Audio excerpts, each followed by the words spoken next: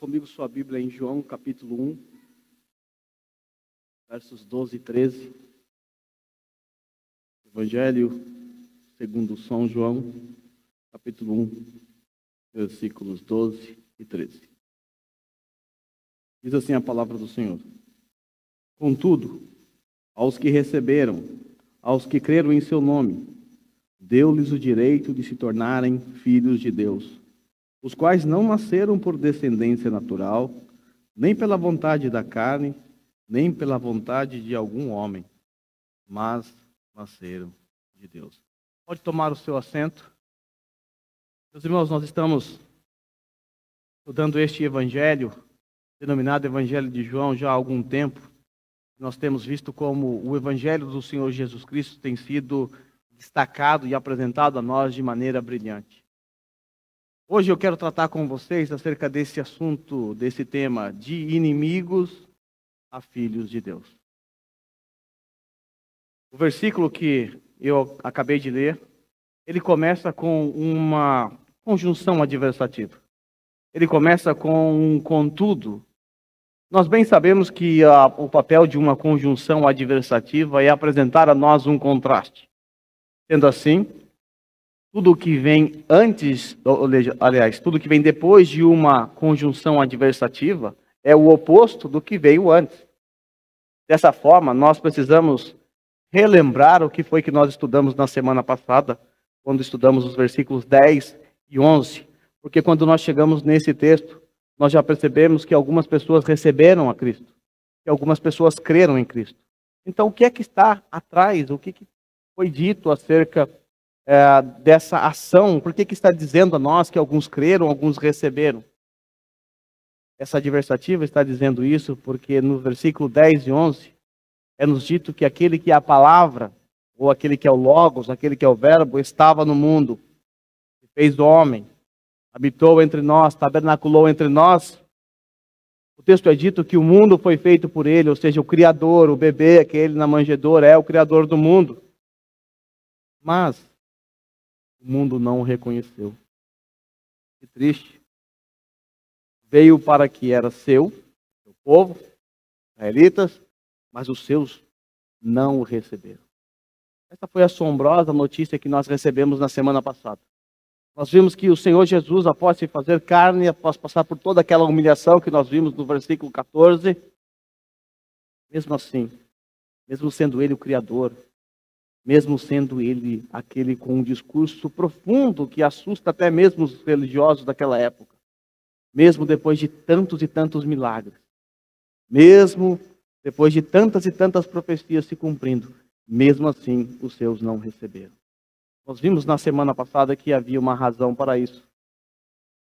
Mas é interessante notar também que João, quando ele está escrevendo esse evangelho, antes de apresentar essa rejeição ao Messias, veja como ele apresentou Jesus. Os 5 primeiros versos. Jesus é apresentado por João como o pré-existente, aquele que já existia mesmo antes de nascer em Belém. Jesus, ele existia antes. Na verdade, Jesus nunca teve começo. Jesus sempre foi o eterno Verbo de Deus, porque ele é o próprio Deus. Nós vimos também que Jesus é o Criador. No versículo 3 diz isso. Ele é o Criador, todas as coisas foram feitas por ele. Nós vimos também que Jesus é a própria vida e é a luz dos homens. Depois de uma descrição fantástica como essa, chega no mundo o Verbo, se faz carne e habita entre nós. Ou seja, aquele que é a palavra, aquele que é o Verbo, estava no mundo. Ele chegou no mundo, o mundo que ele mesmo criou. Mas o mundo não recebeu. O mundo não o reconheceu. O mundo não recebe como rei. Nós vimos na semana passada que houve razões para os judeus, povo de Deus, não o receber. Nós vimos que existe algumas razões humanas, essas razões podem variar, você pode apresentar as suas razões para rejeitar a Jesus, mas os judeus tinham 3 razões básicas para rejeitarem Jesus.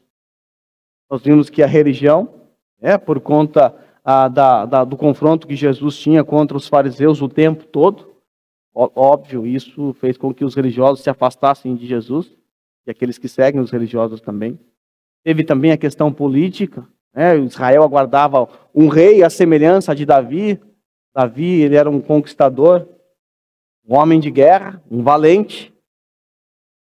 Quando os judeus olharam para Jesus, aquela ovelha que vai para o matadouro em silêncio, aquele que manda dar a César o que é de César, aquele que não se rebela contra o Império Romano, não subjuga o Império Romano, não estabelece a paz em Israel. Eles olharam para ele e falaram: não, esse não pode ser o Messias.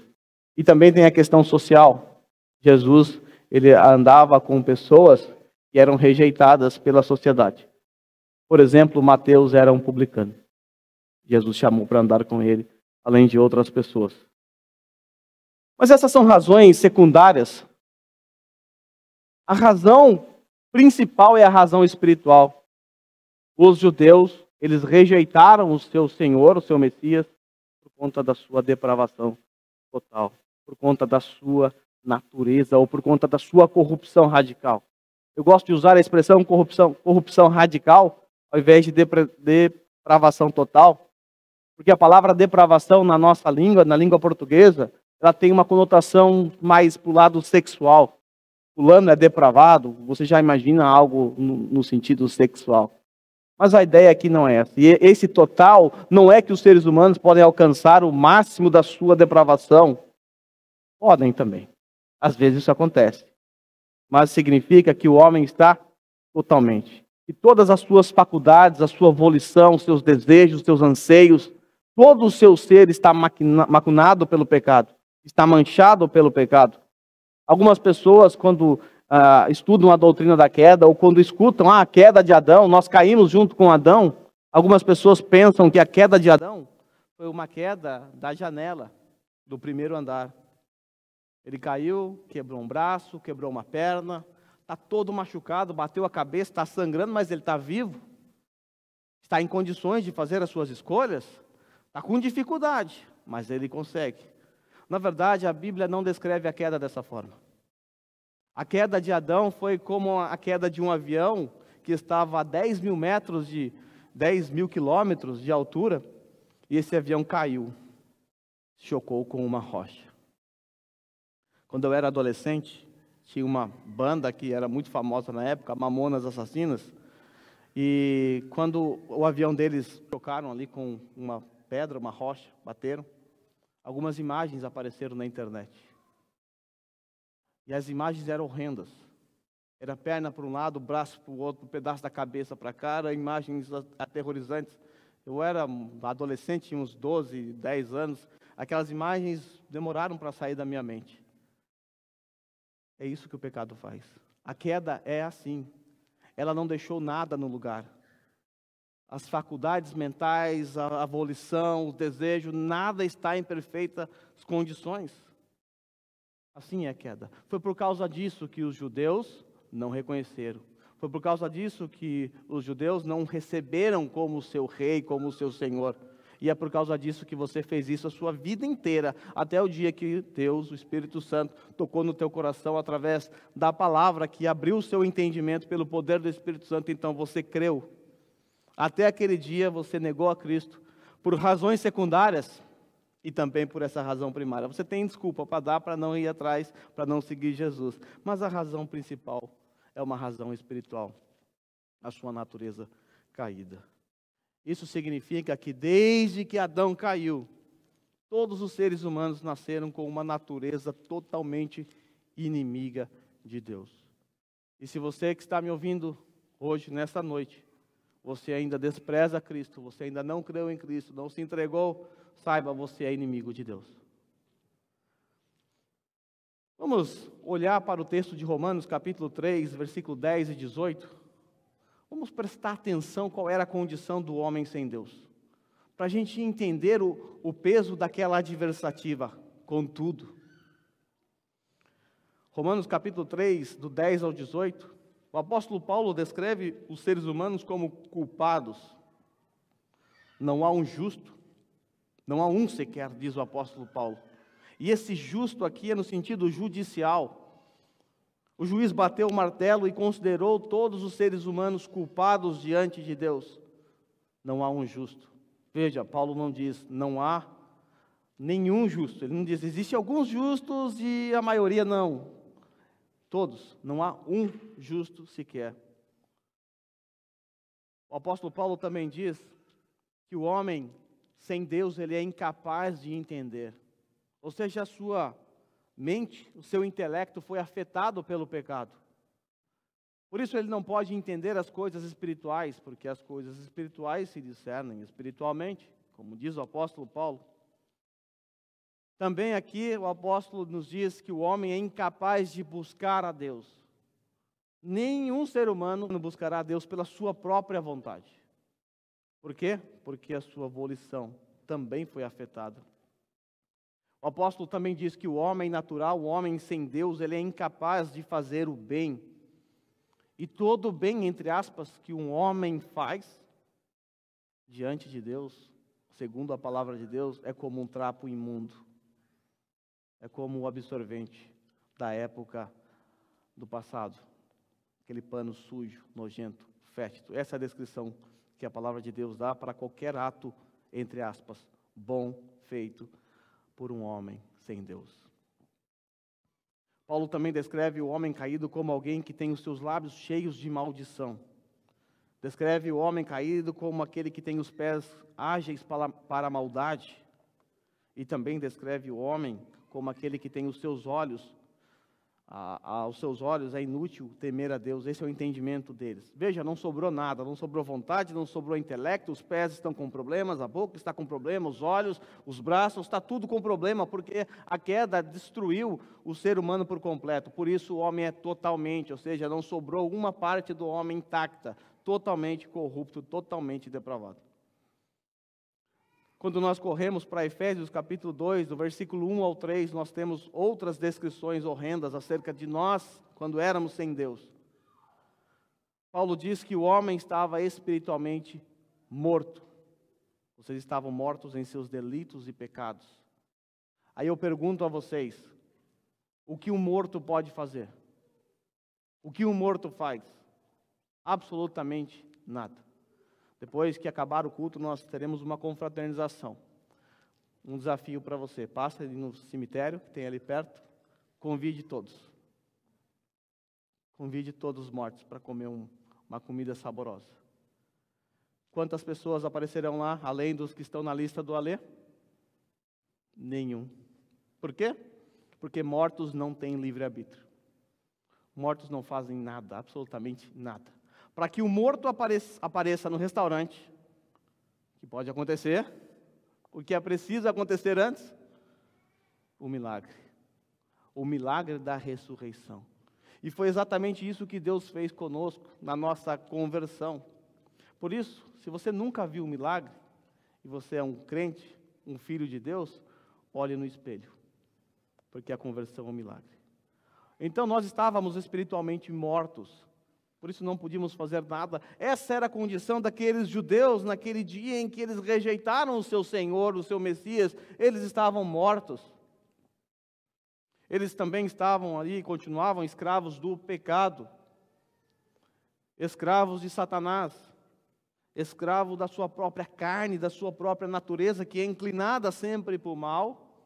E por fim, o homem é descrito como aquele que tem uma natureza merecedora do inferno, da ira divina. Essa é a descrição.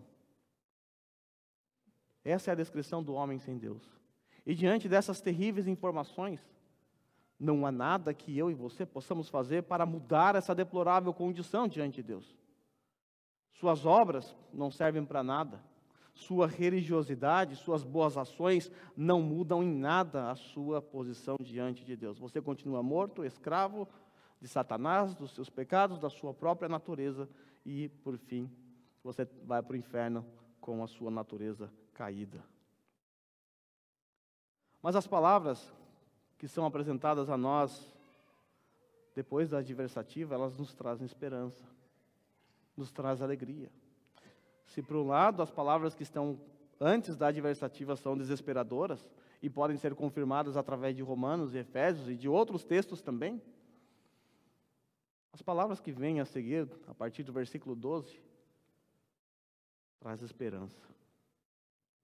O texto diz que não foram todos que rejeitaram o Messias. Porque se nós olharmos para o versículo 11, 10 e 11, se nós entendemos que o mundo ali que rejeitou, que não reconheceu, não recebeu, significa todas as pessoas, e no Evangelho de João, o mundo não significa todas as pessoas, salvo algumas exceções. Então, esse mundo ali significa todas as pessoas, acabou. Não há esperança, não há salvação para ninguém. Mas nós temos uma adversativa. E essa adversativa diz algo diferente. Diz que muitos sim rejeitaram. Muitos não creram no seu nome. É verdade. Mas a palavra de Deus diz que alguns creram. Alguns receberam, contudo, aos que receberam, aos que creram em seu nome, deu-lhes direito de serem ou se tornarem filhos de Deus. A palavra de Deus, ela vai além aqui. Ela não diz apenas que nós fomos perdoados dos nossos pecados. Ela diz que além de sermos perdoados, nós passamos a ter direitos de filho de Deus. Aos que creram, aos que receberam, aos que creram em seu nome, deu-lhes o direito de se tornarem filhos de Deus. Note bem, meus irmãos, só recebe a filiação, ou o direito à filiação, aqueles que creram em Cristo, aqueles que o receberam como seu soberano Rei e Senhor. Eu digo isso porque na minha infância, quando eu brigava, eu era um molequinho um pouco briguento, eu sempre ouvia minha mãe dizendo assim: não briga com seu amiguinho, porque vocês são irmãos, porque todo mundo é filho de Deus. Todos os seres humanos, todo mundo é filho de Deus. Na cabeça da minha mãe, todo mundo é filho de Deus. Pelo menos era isso que ela pensava, já nem sei mais. E eu cresci com isso na minha mente, achando que todo mundo era filho de Deus. Eu achava que eu era filho de Deus. Isso até aliviava um pouco a minha culpa para viver a vida que eu vivia.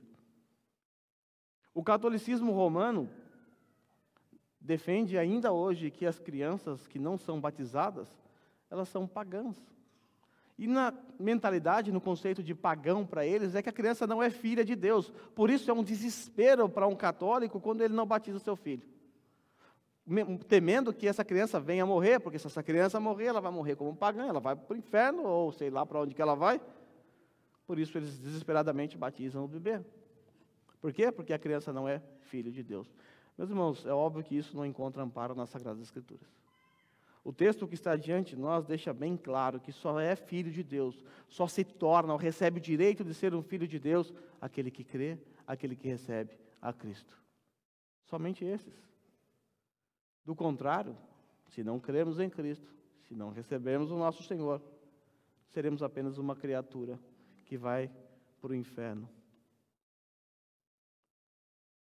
Ok, você está talvez pensando, está muito bem tudo isso.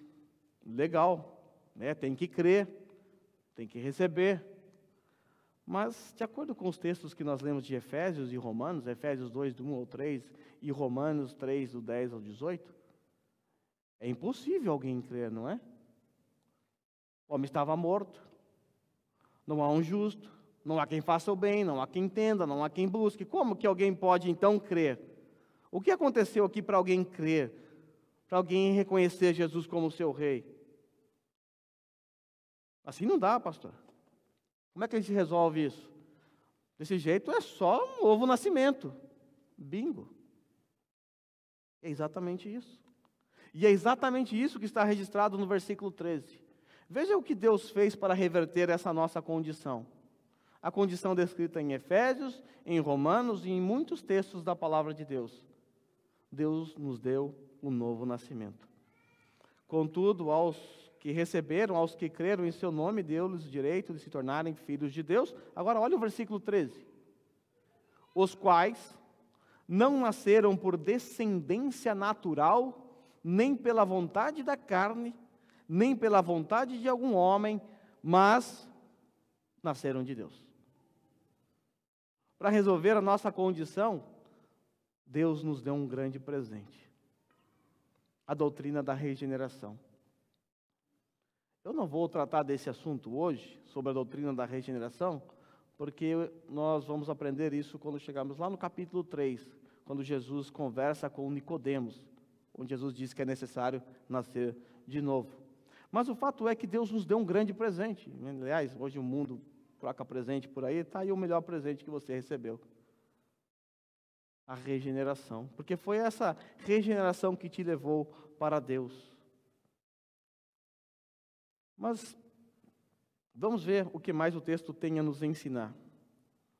O texto nos revela que esse novo nascimento não é por causa da nossa descendência física ou descendência natural. O que isso quer dizer? Vale você lembrar que nos versículos anteriores, o texto, João diz que ele veio para o que era os seus, né, e os seus não o receberam. Nós sabemos que esses seu e seus são os judeus, de onde viria o Messias, de onde viria o Salvador. Nós sabemos que Deus escolheu a nação de Israel para ser o berço da qual viria o Messias. Deus escolheu aquele povo para trazer ao mundo o nosso Salvador. Nós sabemos também que muitos judeus, naqueles dias, se vangloriavam pelo fato de serem descendentes de Abraão, de serem judeus. Eles se orgulhavam disso. Eles acreditavam que havia privilégios em ser um descendente de Abraão. E de fato há muitos privilégios. O apóstolo Paulo lista vários privilégios. Deles veio os profetas, a lei, o Messias. Mas não há nenhum privilégio para eles no que compete à sua condição diante de Deus. Eles são privilegiados, é verdade, receberam a lei, receberam os profetas, o Cristo veio da nação de Israel. Mas no que compete à sua condição diante de Deus, a sua condição espiritual, não há nenhuma diferença entre eles e os gentios. O apóstolo Paulo, em Romanos capítulo 3, versículo 9, o versículo que antecede aquele trecho de descrições acerca do homem caído, Paulo diz assim: o que concluiremos então? Paulo está concluindo algo. O que ele está concluindo? O que ele escreveu no capítulo 1, no capítulo 2 e nesse pedacinho do capítulo 3. No capítulo 1 ele mostrou que todos os seres humanos estão totalmente depravados. No capítulo 2 ele mostra que há algumas vantagens de ser judeu, mas por fim o judeu também está em maus lençóis, por causa da sua natureza. E agora no capítulo 3 ele amarra tudo isso e está apresentando as razões do porquê tanto os judeus quanto os gentios estão em maus lençóis. E aí ele diz assim: então o que concluiremos então? Estamos em posição de vantagem? Paulo falando como um judeu para judeus. Ele responde: não, já demonstramos que tanto os judeus quanto os gentios estão debaixo do pecado. Paulo encerrou todos debaixo do pecado. Sendo assim, nunca houve salvação para os israelitas por serem descendentes de Abraão, por serem judeus. A salvação sempre foi e sempre será por meio de Jesus Cristo. Desde que o Messias, ou o Salvador, foi prometido, lá em Gênesis 3,15, como descendente da mulher, na antiga aliança, todos os homens, todos os seres humanos, só foram salvos por causa de Cristo. Aprendemos então que os judeus não estão garantidos por causa da sua descendência. Eles precisam nascer de novo. Vale lembrar que quando Nicodemos vai até Jesus, ele era um judeu. Não era um judeu qualquer. Era uma autoridade entre os judeus. Era alguém que conhecia a lei. Alguém que até reconheceu Jesus de alguma forma, mas Jesus disse a ele: você precisa nascer de novo. Ou seja, os quais não nasceram por descendência natural, nem pela vontade da carne, nem pela vontade de algum homem. O novo nascimento não é porque você teve vontade de nascer de novo. Vale lembrar que a sua condição era uma condição de um morto. E morto não tem vontade de nada. Veja como o finalzinho do versículo 13 termina. Mas nasceram de Deus. Essa é a doutrina do novo nascimento. O que é preciso fazer para a nossa condição ser revertida? Novo nascimento. Regeneração. É necessário receber uma natureza nova, uma natureza diferente da que nós já temos, que é a natureza adâmica. É preciso ter uma natureza que busque a Deus, uma natureza que ame a Deus. Por isso, regeneração, novo nascimento. Judeus rejeitaram Jesus nos versículos anteriores por conta da sua corrupção radical, da sua depravação total. Agora, os versículos que nós estamos lendo mostram que alguns buscaram a Deus, alguns creram em Deus, alguns seguiram a Deus, reconheceram Jesus como seu Messias, inclusive muitos judeus. Mas isso só aconteceu porque eles nasceram de Deus. Isso só aconteceu porque Deus mudou o coração de pedra para um coração de carne. Sendo assim, a obra da salvação é uma obra incondicional que é realizada por Deus em nosso favor. E se Deus não fizesse nada a nosso favor, estaríamos perdidos. Estaríamos perdidos. Só para você lembrar, éramos culpados, incapazes de entender, incapazes de buscar a Deus, incapazes de fazer o bem, nossos lábios eram cheios de maldição, nossos pés ágeis para a maldade, aos nossos olhos era inútil temer a Deus. Se Deus não fizesse nada, era isso que nós seríamos até hoje. E se Deus não fizesse nada, estaríamos ainda hoje mortos em nossos delitos e pecados. Continuaríamos escravos do nosso pecado, escravos de Satanás, escravos da nossa própria natureza caída e mereceríamos a condenação eterna. Esse texto de Efésios 2, 1 a 3, nós estudamos já quase um ano atrás, mas ele também é marcado por uma adversativa. Após descrever essa condição horripilante do homem, nós nos deparamos com o versículo 4, que começa também com um todavia. Todavia. Se não houvesse o versículo 4, e se o apóstolo Paulo terminasse no versículo 3, poderíamos dar as mãos, sentar no chão e chorar, aguardando o dia do juízo, a condenação eterna. Mas nós nos deparamos com um todavia. E esse todavia faz os nossos corações se alegrar porque algo oposto vai ser dito agora. Alguma coisa aconteceu. Há esperança para nós. E a esperança está em quem? Em Deus. Todavia, Deus fez alguma coisa para reverter a nossa condição. Deus agiu em nosso favor. E somente Ele poderia fazer isso. O texto não diz assim, todavia a igreja, todavia o pastor, todavia suas boas obras, todavia sua religião, todavia suas boas intenções. Antes é dito, todavia Deus. Porque somente Deus poderia fazer algo por nós. Ninguém mais. Somente Deus poderia reverter a nossa condição. Mas veja como Deus reverteu a nossa condição. Por que Deus fez isso? Nós éramos miseráveis pecadores, nós éramos inimigos. Por que Ele fez algo em nosso favor? Porque Ele é rico em misericórdia. Ele agiu com misericórdia para reverter a nossa condição. Mas o que é misericórdia? Definir misericórdia não é tão simples quanto parece. Requer uma explicação mais ampla e profunda.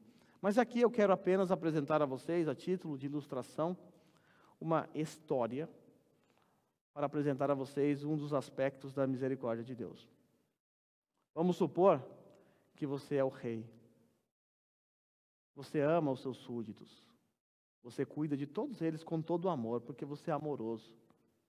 Você ama o seu povo. E um dia, alguns inimigos que ficam à sua volta resolveram entre eles se aglutinarem contra você. E eles entram no teu território e começam a matar todas as pessoas que eles encontram no meio do caminho. Começam a atacar fogo nas aldeias, estrupar as mulheres, matar as crianças, empalando elas, jogando elas para cima. E nesse dia, teu filho estava no meio do caminho. E esse seu filho foi morto dessa forma. E quando eles perceberam que este era o filho do rei, o herdeiro, eles não apenas empalaram o seu filho, mas eles pisotearam com cavalos, o arrastaram, partiram no meio, fizeram tudo que podia, pois afinal era o troféu deles. O arauto tocou então a trombeta, anunciando que inimigos haviam invadido. Então você se prepara, junto com os seus principais soldados, toda a sua tropa, e vocês avançam para proteger o seu reino. E aí quando você chega, a tropa, o pelotão que foi à frente, já havia resolvido o problema. Só estava aguardando a sua chegada. E você chega então, desce do seu cavalo, todos os seus inimigos estão de joelhos, com as mãos para trás. esperando o pior. Então você desce do cavalo, pega a sua espada, óbvio, justiça. Mataram o seu povo, mataram o seu filho, o herdeiro, invadiram, lutaram contra você. Eles merecem a morte.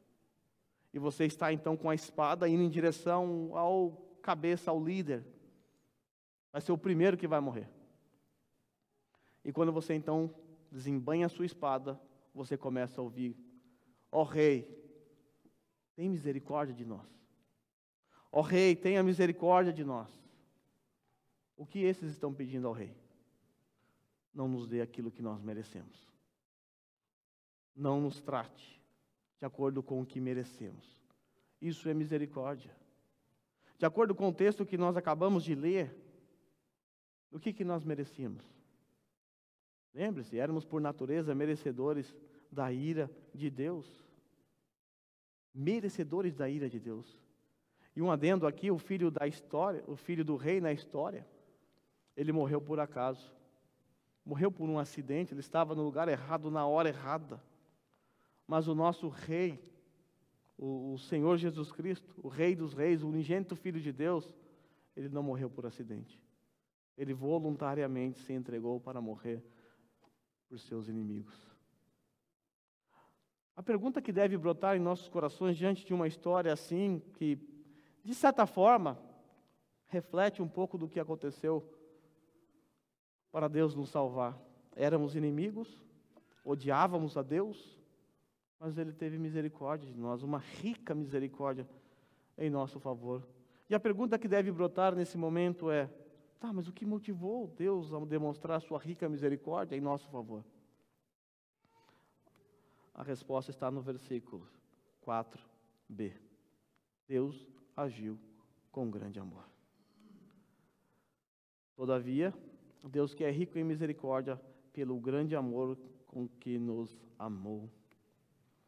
Então, para reverter a nossa condição, Deus agiu com grande amor. É fabuloso ler um texto assim. É fabuloso ler este verso. Porque apesar do que éramos, Ele nos amou. Lembra dos mercenários? Dos inimigos do rei que invadiram a casa dele, que invadiram o seu palácio, mataram seu filho? O rei não apenas estendeu o seu cetro de misericórdia, poupando a vida deles, porque isso já seria misericórdia. Eles mereciam a morte. O rei poupou a vida e mandou para o calabouço. Tá, beleza, isso é misericórdia. Mas o rei dessa história, ele não fez somente isso. Sabe o que esse rei fez? Ele amou aqueles que mataram seu próprio filho. Ele amou aqueles que eram seus inimigos. Ele amou. E sabe o que mais ele fez com esses que eram seus inimigos? Chamou para dentro do seu palácio, colocou na sua mesa para comer junto com ele e os recebeu como filhos. Adotou seus inimigos como filhos. Sabe aquela música que nós cantamos? Antes inimigos, agora contigo à mesa. Graças a Cristo. Foi isso que Deus fez em nosso favor. Foi isso que Ele fez em nosso favor. Lembre-se do texto que estamos estudando. Contudo, aos que receberam, aos que creram em seu nome, o que Ele fez? Deu-lhes o direito de se tornarem filhos de Deus. É isso que nós somos em Cristo. Nós somos co-herdeiros com Cristo. Quando Deus transformou o nosso coração de pedra num coração de carne, nós transitamos da inimizade para a filiação, da inimizade para a adoção. Isso é maravilhoso. Por isso você pode orar dizendo assim: Pai nosso que estais nos céus. Porque Ele é seu Pai. Antes você era inimigo, mas Ele mudou a sua condição, demonstrou a sua rica misericórdia, demonstrou o seu amor e te adotou como filho. Veja, quando Ele veio ao mundo, é Ele que nos deu um presente. Quando Ele morreu na cruz, foi Ele quem nos deu um presente. Romanos 5,8 diz assim: mas Deus demonstra o seu amor por nós. Cristo morreu em nosso favor quando ainda éramos pecadores. Veja que o texto não diz assim: Deus demonstra o seu amor para conosco. Cristo morreu por nós quando éramos boas pessoas, quando éramos santas, perfeitas, justas. Ou Ele nos amou porque Ele viu as nossas boas obras. Ele nos amou quando ainda éramos pecadores. Leia-se, Ele nos amou quando éramos seus inimigos. Por isso João 3,16 diz que Deus tanto, mas tanto amou o mundo, que Ele nos deu o seu Filho único, o seu Filho unigênito, para que todo aquele que nele crê não pereça, mas tenha a vida eterna. Ele agiu com grande amor, mas também agiu com rica graça. Somente a graça de Deus pode mudar a condição daqueles que rejeitaram e creram em Cristo, nos versículos 10 e 11. E foi isso que Ele fez. Veja os versículos 5 e 8 de Efésios 2. Versículo 5. Deu-nos vida com Cristo. Olha que interessante. Deu-nos vida com Cristo quando? Quando ainda éramos ou estávamos mortos. Ele que nos deu vida. Estávamos mortos em nossas transgressões. Pela graça vocês são salvos. Salvação é pela graça. Versículo 8. Pois vocês são salvos pela graça, por meio da fé, e isto não vem de vocês, é dom de Deus. A salvação é um presente, é uma dádiva, é um dom de Deus para nós. A fé, a salvação, esse processinho todo é um presente de Deus para todos nós. Então Deus agiu com a sua rica graça. E graça é uma das palavras mais importantes do cristianismo. A palavra graça literalmente significa favor imerecido. Significa você receber algo que você não merece. É o oposto de misericórdia. Misericórdia significa você não receber algo que você merece. O que nós merecíamos? Nós merecíamos o inferno, nós merecíamos a condenação. Ele não nos deu. E graça é você receber algo que você não merece. O que nós não merecíamos? Salvação, filiação, misericórdia. Nós não merecíamos nada disso, mas Deus é rico em graça. Ele derramou sua graça em nosso favor. Graça, favor e imerecido. Essa palavrinha aponta para um favor realizado por Deus em nosso lugar. Deus nos prestou um favor quando enviou o seu Filho Jesus. O Deus Filho nos prestou um favor quando Ele foi para a cruz voluntariamente morrer no nosso lugar. E para que não reste dúvidas, o versículo 8 de Efésios deixa bem claro, mais uma vez, que a salvação não é por meio das obras. Pois vocês são salvos pela graça, por meio da fé. Isso não vem de vocês, é dom de Deus, não por obras, para que ninguém se glorie. Sublinha a frase aí, é dom de Deus, porque é isso que é. Paulo está dizendo que nós somos salvos, então, não por causa das nossas obras, mas por causa das obras de Cristo. Para reverter essa nossa condição, que é o que os judeus precisavam naquele tempo para reconhecer o seu Salvador, foi necessário um poder, foi necessário uma ação poderosa de Deus, e foi exatamente isso que Deus fez. O texto de Efésios, versículo 2, 5a até o 6, o texto diz que Deus nos deu vida com Cristo quando ainda estávamos mortos em transgressões. Agora veja o versículo seguinte, versículo 6. Deus nos ressuscitou com Cristo e com Ele nos fez assentar nos lugares celestiais em Cristo Jesus. Para reverter a nossa condição foi necessário o emprego de uma força, de um poder de Deus para reverter a nossa condição. Por isso, a regeneração, a salvação é um milagre. É uma ação sobrenatural de Deus para mudar. Deu-nos vida com Cristo, ou seja, ressurreição. Ressurreição é um milagre. Por isso eu disse, se um morto hoje levantar e for para o restaurante, milagre. Se um ímpio hoje se levantar e se dobrar diante de Deus, reconhecendo Ele como seu Senhor e Salvador, milagre. Então Deus, Ele agiu de maneira poderosa. Esses versículos aqui que nós estamos lendo de Efésios capítulo 2, ele veio depois do finalzinho do capítulo 1, onde Paulo faz uma oração pelos Efésios. O que Paulo ora? Está tudo ligado. Paulo diz assim: oro também para que os olhos do coração de vocês sejam iluminados, ao que ele quer para os irmãos de Éfeso. A fim de que vocês conheçam a esperança para a qual ele os chamou, as riquezas da gloriosa herança dele nos santos, e o que mais? A incomparável grandeza do seu poder. Paulo está falando que ele quer que os efésios, ele está orando para isso, eles reconheçam a incomparável grandeza do poder de Deus para conosco, os que cremos, conforme a atuação poderosa da sua força. O apóstolo Paulo está orando, pedindo para que eles entendam, para que eles conheçam a grandeza do poder, que eles percebam a atuação da poderosa força na vida deles. Mas qual é o exemplo de poder? Paulo diz: esse poder, ele exerceu em Cristo. Deus Pai exerceu em Cristo, ressuscitando-os dos mortos e fazendo-o assentar à sua direita nas regiões celestiais. Para reverter a nossa condição, para mudar a nossa condição diante de Deus, Deus atuou de maneira poderosa. Deus agiu em nossas vidas com o mesmo poder que Ele empregou em Cristo Jesus, o trazendo da morte para a vida, e o fazendo assentar nas regiões celestiais. O poder que o trouxe da morte para a vida e o exaltou. De forma que quando o Senhor Jesus te chamou, após uma ação do Espírito Santo no teu coração, após a regeneração ocorrendo no teu coração, então você ouviu o chamado dele, e você atendeu esse chamado, saiba, Deus estava empregando uma força sobre você, a mesma força que ressuscitou Jesus dos mortos e o colocou à destra de Deus Pai. A destra de Deus Pai. Talvez você está pensando assim, tudo bem, mas eu fui até Ele, eu atendi o seu chamado. É verdade. É verdade.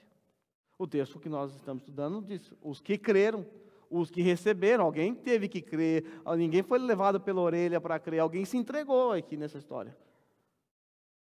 Talvez você está pensando, então, assim, tem alguma coisa que eu estou fazendo em todo esse processo. Voltemos a pensar na questão do morto. Vamos supor que você está lá na sepultura fétida, você morreu, você está fedendo, você está podre ali, cheio de verme comendo você. Você mais um monte. Aquela carniça, diz que a carniça humana é pior do que a carniça de animal. Aí de repente, então, algo acontece, um milagre acontece. O seu Senhor, Ele para sobre o seu túmulo e te traz da morte para a vida. Você é ressuscitado ainda dentro da sua sepultura. E você desperta. Agora você já não é mais morto. Algo aconteceu. A sua condição foi mudada. Agora você volta a ser um ser vivo. E aí você olha para o lado, cadáveres, vermes. Você sente o mau cheiro, o odor. Agora você já não pode mais suportar isso. Porque você já não pertence mais àquele território. Aquele ambiente não é mais seu. Então você escuta um barulho na parte de cima da sua sepultura. E alguém abre a tampa. E esse alguém estende as mãos para você, para te tirar dali. E aí você levanta as suas mãos e pega na mão dele. E é tirado da sepultura. Que mérito há em você por estender as mãos? Nenhum. Não há mérito nenhum em você. O mérito está naquele que realizou um milagre em sua vida, transformando-a, trazendo você da morte para a vida. É verdade que você fez alguma coisa, você estendeu as mãos. Não há mérito nenhum. O mérito que há em você receber a Cristo é o mesmo mérito que tem um mendigo quando estende as mãos para pedir esmola. O mérito está em quem dá, não em quem recebe. Por isso a salvação não é por meio de obras. A regeneração, ela é uma obra poderosa de Deus em nossa vida. Por isso eu te digo, se você nunca viu o milagre, olha no espelho. Olha no espelho.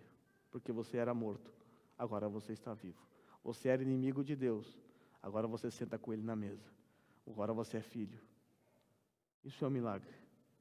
É um milagre que Deus realizou em nossas vidas. O texto é claro. Houve pessoas, naqueles dias, judeus, que não creram em Cristo Jesus, que o rejeitaram como seu Senhor e Salvador, porque tinham uma natureza caída, porque eram inimigos de Deus. Mas houve um momento na história em que o Espírito Santo agiu no coração deles, através da proclamação da palavra, e esses creram em Cristo Jesus, tiveram a sua condição mudada. e agora transitaram da inimizade para a filiação. E eu tenho a dizer a todos que estão aqui nessa noite, que se porventura você é alguém que ainda não creu em Cristo Jesus, você continua condenado ao inferno, você continua sendo inimigo de Deus, e por você mesmo não há nada que você possa fazer. Do seu próprio braço não há esperança para você. Você um dia estará diante do rei a qual você é inimigo. E naquele dia ele não poderá ter misericórdia. Não poderá mais ter misericórdia. Só existe uma forma: reconhecer que Ele é o Rei, Ele é o soberano, o Senhor do universo. E eu tenho que dizer que eu e nem ninguém aqui tem poder de te convencer. E eu falo tudo isso na esperança, na confiança de que Deus faça com você aquilo que Ele fez comigo e com muitos irmãos que estão aqui. Que Ele mude o seu coração, que Ele transforme o seu coração, que Ele tire de você aquele coração de pedra e dê um coração de carne. Do contrário, você continuará sendo inimigo dele por toda a eternidade. E você irá para um lugar que há choro e ranger de dentes. Mas se porventura o Espírito Santo mexer com você nesse momento, tocar o seu coração, te fazer refletir sobre quem você é, sobre a vida que você leva. Se você realmente conseguiu entender o que foi pregado, porque não há quem entenda, não? Se você conseguiu entender, porque o Espírito Santo está abrindo os seus olhos, se você crê em Cristo Jesus, você se assentará à mesa com Deus. Estará na mesma mesa com Ele. Você será co-herdeiro com Cristo Jesus. Mas somente Deus pode fazer isso. Somente Ele pode fazer isso. Hoje o mundo para celebrar o Natal. E o mundo troca presente. Natal é uma festa hoje da qual as pessoas só pensam em presente. Onde a figura central é o Papai Noel, vulgo Santa. Mas o Natal não é sobre Papai Noel. Natal não é sobre troca de presente. Podemos dizer que Natal é sobre receber presente. Eu não dei nada para Cristo. Eu não pude oferecer nada, não havia presente que eu pudesse dar a Ele. Mas Ele me deu o maior presente. Ele deu o seu próprio Filho. Ele entregou o seu próprio Filho para morrer por mim, pecador miserável. Isso porque Ele é rico em misericórdia. Isso porque Ele tem um grande amor. Isso porque Ele tem uma rica graça. Isso porque Ele é poderoso para mudar a nossa condição. Meus irmãos, diante dessas realidades que estão registradas na palavra de Deus, nós, os que cremos, nós que somos filhos de Deus, temos todos os motivos para alegremente cantar ao Senhor, para alegremente cultuá-lo no dia do Senhor, para não desprezar esse dia. Porque até mesmo estar aqui é graça. Estar aqui é graça. Estar aqui é fruto da misericórdia de Deus. Então valorize esse momento. E agora nós vamos cantar ao Senhor junto com os irmãos da música. E eu quero que você cante com todo o seu coração. Eu quero que você cante levando em conta que você está cantando aquele em exaltação e adoração àquele que mudou a sua vida. Aquele que agiu com rica misericórdia, com grande amor, com rica graça e agiu em sua vida de maneira poderosa. Como nós não entoaremos louvores a Ele com todo o nosso coração? Como nós podemos oferecer a Deus orações e adoração mecânica? É preciso que essas verdades entrem nos nossos corações. É preciso que essa consciência de quem nós éramos, de quem nós somos hoje, mude a nossa maneira de enxergar o cristianismo, enxergar a vida, enxergar o culto, enxergar a adoração. Nós não podemos ser meramente teóricos, técnicos. Nós não podemos apenas ter todo o conhecimento da palavra de Deus aqui na nossa mente, mas ela precisa descer ao nosso coração. Do contrário, nosso conhecimento seria um conhecimento talvez inútil, porque não traz transformação, não muda a nossa vida. Se você tem muito conhecimento e a sua vida não tem sido transformada e mudada, você está fazendo a coisa errada. Você não está deixando ser mudado pela palavra de Deus. Você não está dando ouvido à voz do Espírito Santo. Verdades magníficas. Verdades que devem ser exaltadas. E verdades que devem ser cantadas por todos os filhos de Deus. Vamos cantar?